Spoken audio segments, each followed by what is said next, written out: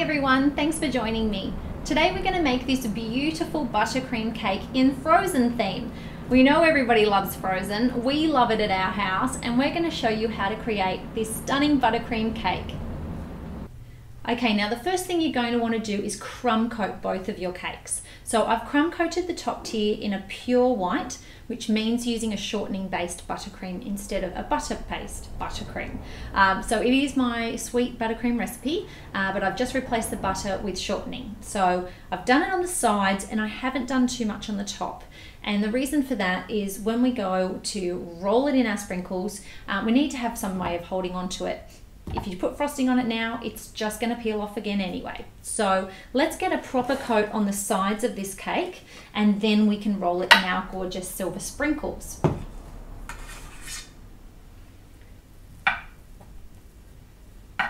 Now you want to apply a decent coat of this because you do want to cover up that board a little bit, and you need to make sure there's enough for the sprinkles to actually stick to.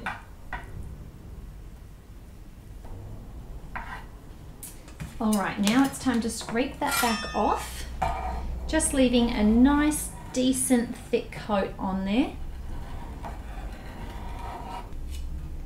All right, and now with this top, all I'm going to do is just brush it up and get rid of it. Any crumbs, take them off to the side. You don't want those at all.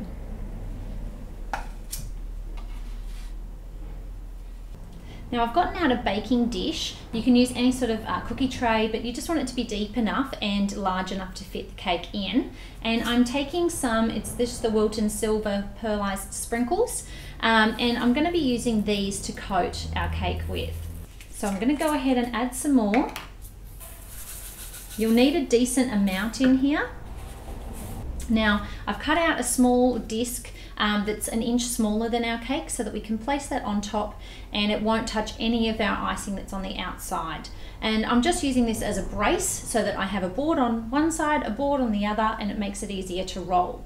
So taking our spatula, I'm going to pop it underneath,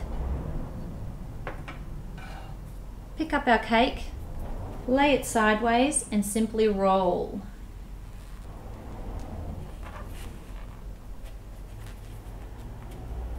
All the way around.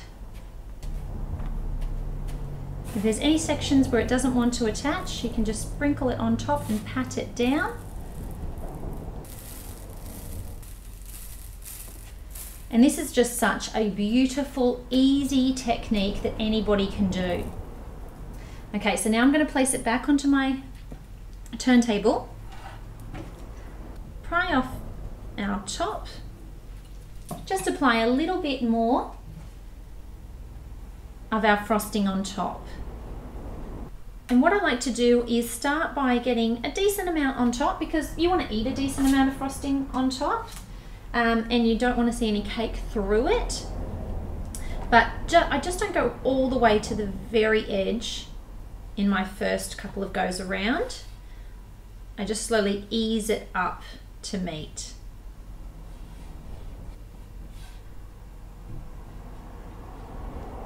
Okay, now I find the easiest way or the cleanest way to do this is just to pick it up again, being really careful of the bottom.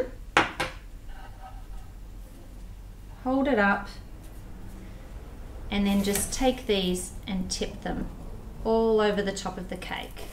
And any excess that you have, you can just brush them over. I just like to use a straight finger across, just my index finger across and just over the edge. Got any little sections where the sides and the top meet, just sprinkle them directly on. And now we're just going to allow this whole thing to rest. I'm going to pop it onto a little bit of baking paper or parchment paper, place it in the fridge, and that way it can just crust up a little bit and make it easier to stack. I've gone ahead and popped my bottom tier onto a cake board.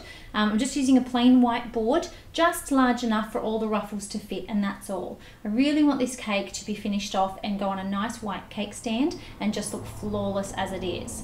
Now I've gone ahead and put all the dowels in it to stack as well. I just wanted to show you popping on this top tier. So I've got my dowels in. I'm just going to apply a little bit of buttercream to the top. Not too much, I want to keep it nice and level. And then taking my tier it's been in the fridge, so it has chilled, which helps a lot. And I'm just going to lift this up and place it carefully on top.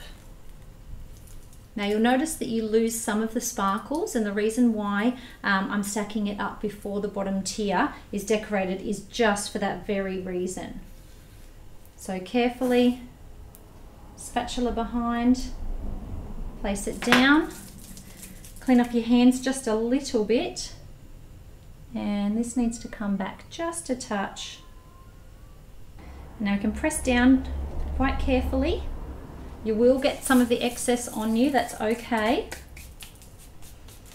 And you just want to come around and make sure that the base, you haven't moved any of that icing. And lastly, what I'm going to do is just take some tweezers and get rid of any excess. Now that our cake is stacked, we can go ahead and pop it onto a turntable and get ready to do our ruffles. Now I'm choosing 3 colors. I've got a purple, a teal green, and a sky blue. I've got all the details for exactly what colors I used, because I know a lot of you ask what colors I used to get the shade that I show you. So I've got that in materials. And what I want to do is I've gone ahead and made the purple our crumb coat, because the purple is going to be our top color. We're going to start our ruffles at the bottom with our blue, work up to a teal, and then finish with this gorgeous purple. And the way that I'm going to do it is using a 125 petal tip, which is an extra large petal tip. So it looks a lot like the 104 that I use constantly in everything. It's just jumbo sized. So I've got my icings, but what I want to do as well is mark up the cake and divide it kind of roughly into 3 sections. So I've gone ahead and got a tape measure, and I'm just going to measure the height of the cake, and it's at 12 centimeters. So what I'm going to do is make a line at 4 and another one around 8. And I'm going to do that around the cake in about 4 or 5 spots just to keep myself on track. Okay, now if you're really worried, what you can do is come along. I'm using one of our long scrapers. You can use any size. You can even use the edge of a spatula. And I'm just going to show you how you can join these lines up if you really want to create a nice solid line around for yourself.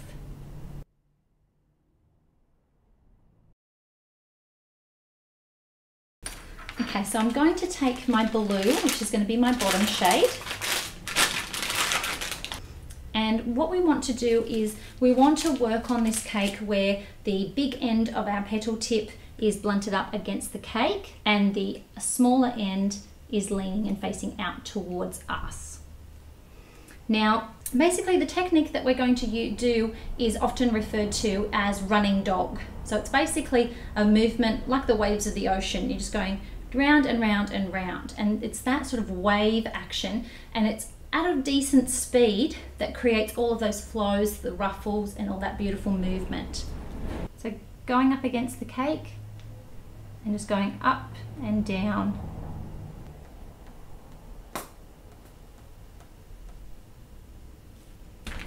So I'm just going to place some more icing into here. And just release that pressure. It's really important to hear that little pop. And we're just going to continue up, just slowly guiding your way from one layer to the next.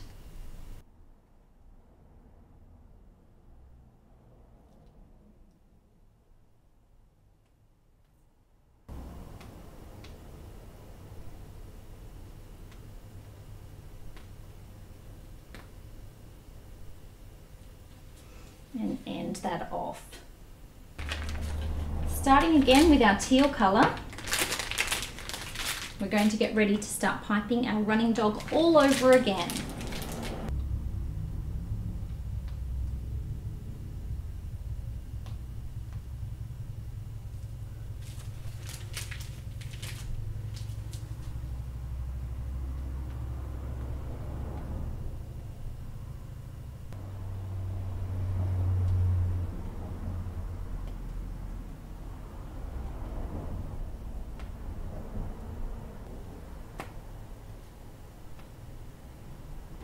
And for a final finishing touch, I'm just going to work up the top of the cake.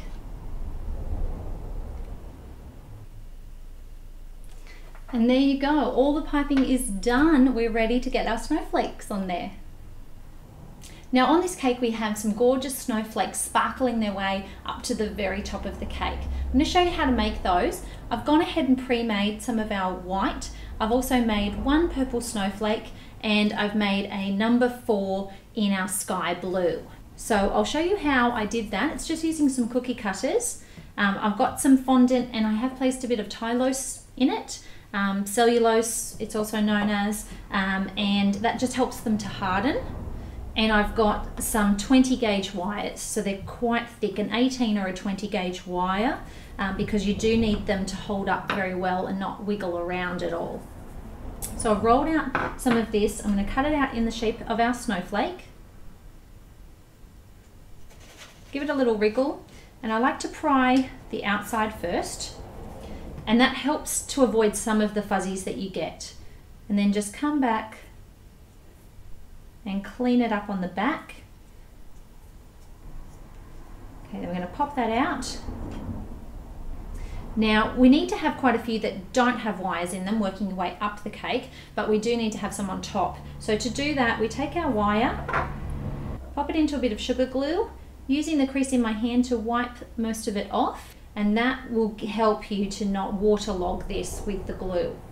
So now I'm going to take the wire, pressing it up against one of the spikes, holding on, I place my finger on top, and that helps to brace it so that it doesn't cut through.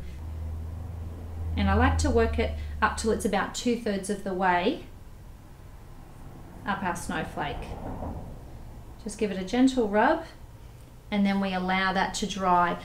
Once they are dry, you want to go ahead and apply a sparkle to them. Now I'm going to use some clear alcohol and some white sparkle shimmer.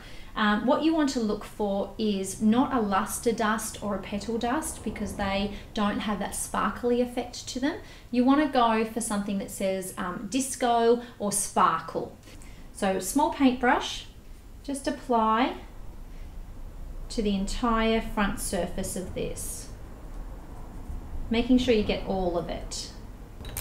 Then we take some of our luster, so picking up a little bit and just sprinkle it on top.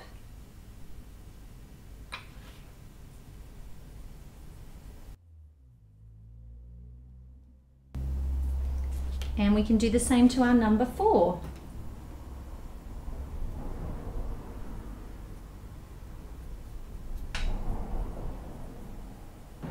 So the snowflakes that don't have a wire in it are going to need some royal icing to attach to our cake.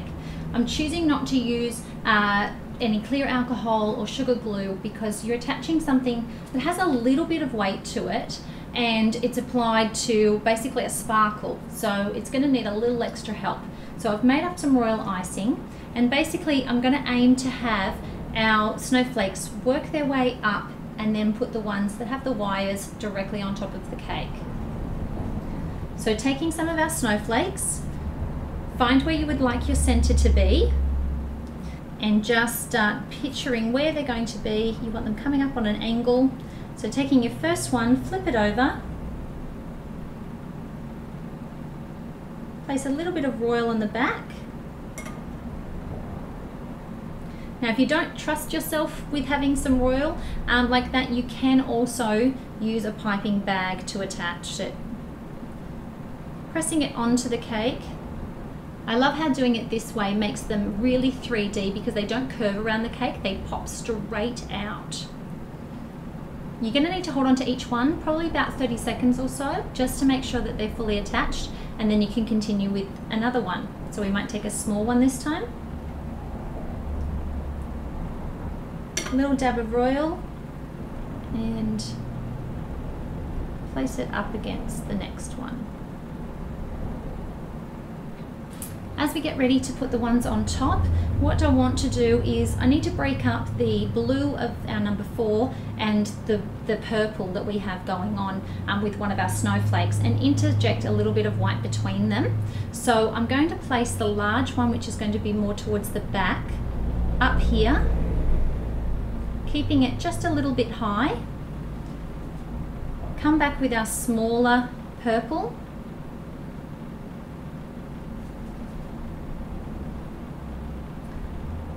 I'm going to want to put one of our white snowflakes right down low, just to help bridge the gap between the ones that are attached on the cake and the ones that are on toppers. Placing our number 4 behind. And there you have it, guys, a perfect frozen cake for a gorgeous little girl.